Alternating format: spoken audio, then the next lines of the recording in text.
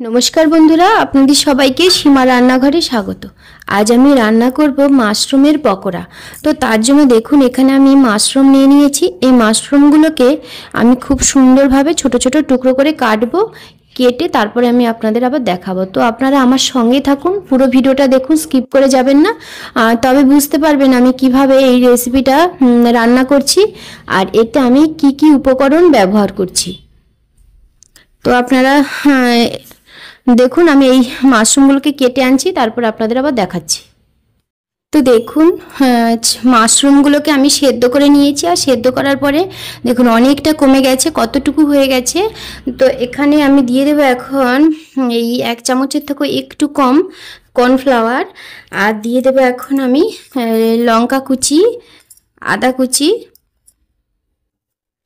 দিয়ে দেব পরিমাণ মতো নুন, দিয়ে দেব হলুদের গুঁড়ো, আর দিয়ে দেব বেসন।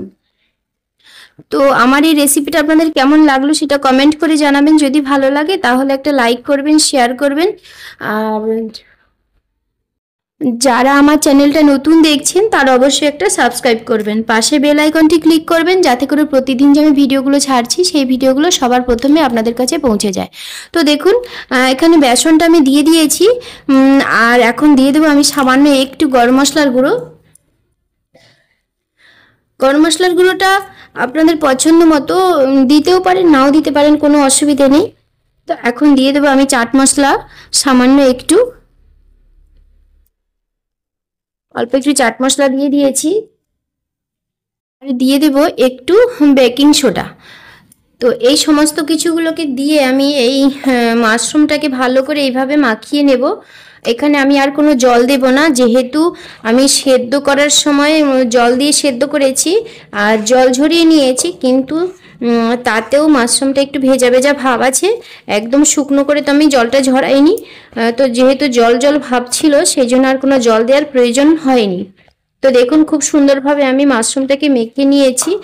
তো এখন আমি এই মাশরুমের পকোড়াগুলোকে ভেজে নেব। তো এই রেসিপিটা সম্পূর্ণ নিরামিষ করছি আমি, পেঁয়াজ রসুন ছাড়া। তো আপনারাও কিন্তু এইভাবে পেঁয়াজ রসুন ছাড়াও করতে পারেন, আবার সঙ্গে যদি পেঁয়াজ বা রসুন দিতে চান তাহলে দিতে পারেন, তাতেও কিন্তু ভালো লাগবে খেতে। তো দেখুন, খুব সুন্দর করে আমি মেখে নিয়েছি পকোড়ার, মাশরুমের পকোড়ার জন্য রেডি করে নিয়েছি ব্যাটারটা। তো এখন চলুন ভেজে ফেলি। দেখুন, ব্যাটারটা কিন্তু এইরকম অবস্থাতেই রাখতে হবে, একদম বেশি পাতলাও যেন না হয়ে যায়, জল জলে ভাব যেন না হয়ে যায়, আর খুব একটা ঘনও যেন না থাকে, মানে শুকনো শুকনো ভাব যেন না থাকে, এইরকমটাই থাকতে হবে। তাতেই পকোড়াটা খুব সুন্দরভাবে মুচমুচে হবে আর ফুলবেও। দেখুন, মাশরুমের পকোড়াগুলো ভাজার জন্য আমি উনুনে একটা কড়াই বসিয়ে দিয়েছি আর কড়াইয়ের মধ্যে তেল গরম করতে দিয়ে দিয়েছি। তেলটা গরম হয়ে গেছে, এখন আমি পকোড়াগুলোকে এর মধ্যে দিয়ে দেব। তো পকোড়াগুলোকে একটু আমি ইয়ে করে নেব, মানে কোপ্তার শেপ দিয়ে নেব। তো এইভাবে করে আমি সবকটা পকোড়া ভেজে নেব।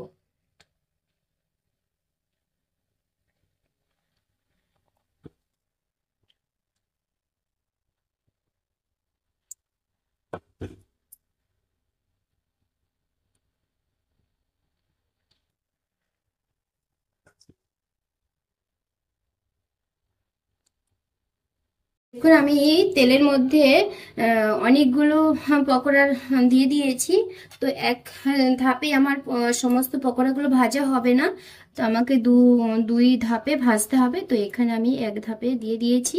এটা একটু ভালো করে ভেজে নেব আমি। তো গ্যাসের ফ্লেমটা মিডিয়ামে রেখেই ভাজতে হবে, গ্যাসের ফ্লেমটা যেন বেশি না থাকে, তাহলে কিন্তু পকোড়াগুলো ওপর দিয়ে জ্বলে যাবে, ভেতরে কিন্তু হতে চাইবে না, কাঁচা রয়ে যাবে, খেতে কিন্তু ভালো লাগবে না।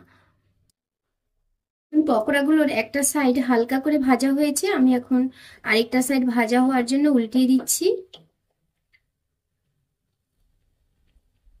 একটা সাইড কিন্তু একেবারে কড়কড়া করে আমি ভাজিনি, হালকা করে ভাজা হয়েছে, তাতেই আমি উল্টিয়ে দিচ্ছি আরেকটা সাইড ভাজা হওয়ার জন্য।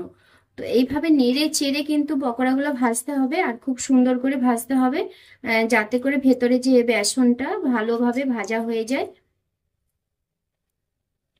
তো আমার এই রেসিপিটা আপনাদের কেমন লাগলো সেটা কমেন্ট করে জানাবেন। যদি ভালো লাগে তাহলে লাইক করবেন, শেয়ার করবেন। যারা আমার চ্যানেলটা নতুন দেখছেন তারা অবশ্যই একটা সাবস্ক্রাইব করবেন, পাশে বেল আইকনটি ক্লিক করবেন যাতে করে প্রতিদিন যে আমি এত সুন্দর সুন্দর ভিডিও ছাড়ছি সেই ভিডিওগুলো সবার প্রথমে আপনাদের কাছে পৌঁছে যায়। আর যারা ফেসবুক পেজ থেকে দেখছেন তারা অবশ্যই ফেসবুক পেজটি ফলো করে আমার সঙ্গে থাকবেন।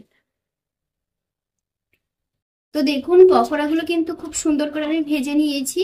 এই দেখুন এরকম করেই ভাজতে হবে, এর চাইতে বেশি লাল করার দরকার নেই, এরকম করে ভাজলেই হয়ে যাবে। তো এখন আমি এই পকোড়াগুলোকে তুলে নিচ্ছি, তুলে গরম গরম সসের সঙ্গে পরিবেশন করব।